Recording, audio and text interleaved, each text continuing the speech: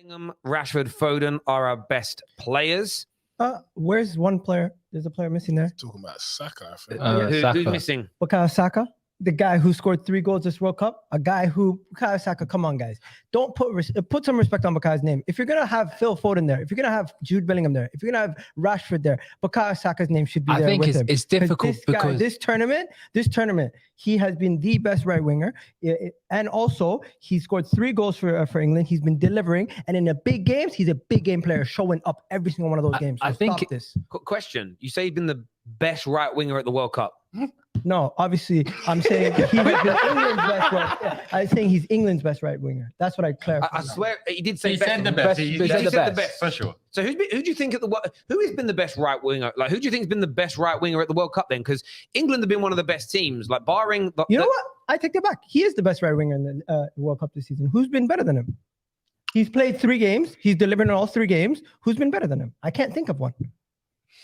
Oh, I really can't think of one. If someone can, please let me know. Who has been better than Bukayo Saka on that right wing this World Cup? I would say the only person that I can think of, and obviously I'd love it to be Saka, maybe Hakim Ziyech. Yeah. Ziyech has been very, very good and influential, but Bukayo Saka's up there, smashed it against Iran in the first game. But he's only really played 2 games though, because then he wasn't very good against America, and today I thought he was very good again. So you could argue Ziyech. But I think Saka's in with a shout. And the fact he's got 3 goals, like Rashford, and people don't realize Rashford and Saka are now in the top 10 list of goal scorers in English football history at the World Cup. If they get a couple more each this World Cup, they literally move into the top 5. They'll literally just be behind Harry Kane, Lineker, and Jeff Hurst at World Cups. They're doing very well. Quick question to all of you, because obviously Saka's playing really well, and I know I said he shouldn't have started this game, or I would have started Rashford over Saka. Who does Gareth Southgate choose for the next game? Saka or Rashford? What? You don't drop Saka. Saka's undroppable for England and for Arsenal. But when he dropped him, Rashford came in and scored. Scored a brace, bro. I get that, but those things happen sometimes when you have less pressure and you already know you're pretty much going to go through. In these pressurized moments, Saka has delivered. Rashford, yes, he did well in that final game. Yeah. But I really do believe with link-up play, everything, and especially since you're going to have Mbappe on that side, Saka can also help out defensively. No bad show. But you know what it is? At this point in Southgate, we got to trust him. Whoever he pick, we got to go with it, because by the looks of it, he ain't getting many selections wrong for real. Maybe the USA game, maybe you'd say the selection was a little bit too conservative. By the end of the day, he ain't really got it wrong. So if you go with Rashford, then you have to trust Rashford's fit to do the job. And if you go with Saka, you got to trust him. You know what? I just want to say, for international football, just watch the games and take your club bias aside. You can see that there's players from that are performing for England to a level that you can almost say it's world class. A lot of these guys are delivering high levels of quality, and we just gotta give them shout outs. Like Jude Bellingham's, like Bukayo Saka. Even though he's a Spurs player, I gotta give credit to Harry Kane. So I'm just saying. The problem with that question is that put your bias aside. I'm putting my bias aside, and every time we said this player should not be in the team, the guys performed. Henderson, a prime example. We can't just say this guy's not good enough because of what they did at club level, or they're not at the ability to do what they can do.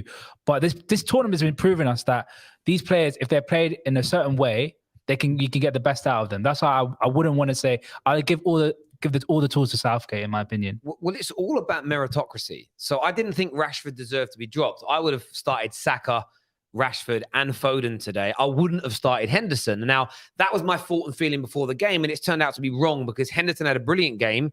He scored a goal. Saka scored.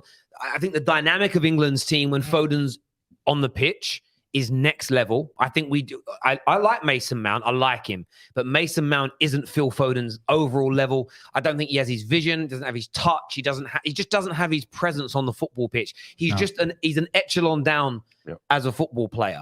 But to your point on Saka, I wouldn't drop Saka. And I'm a Man United fan. I would love nothing more than to see Rashford tear it up in that game. But I think this is where Southgate, I want Southgate to be brave in that game. And I want him to think about utilizing maybe both of them on either side. Maybe Foden goes into a central role as an example, because France are going to attack us far more than Senegal did. There's going to be space in behind, and we're going to want that pace. But maybe you save that pace for the last 30 minutes of the game when people are a little bit more tired. And Rashford is, pace-wise, he's the closest thing that we've got to Mbappe because he's going to be cooking us for pace and amongst other things in that game as well. But Saka's Saka's had a brilliant World Cup so far. Another comment that came in from the viewers said that maybe Dembele has been better than him, but he hasn't scored any goals, has he?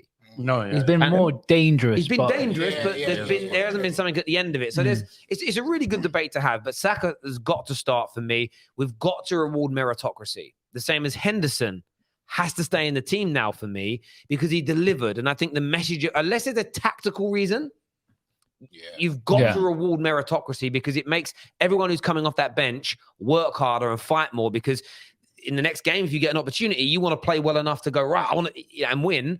I want to be in the semi-final. And that I think that's what we've really got to promote. You know, that midfield of Jude Bellingham, Declan Rice, and Jordan Henderson, I felt like it was more balanced. I felt like it made more sense today because you had two people making runs into the box that were linking up well together with Henderson and Jude Bellingham. And I just didn't see that from Mason Mount.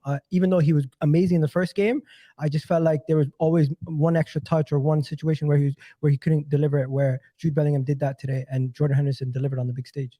So you can't drop them. I hear where you're coming from. Their viewers.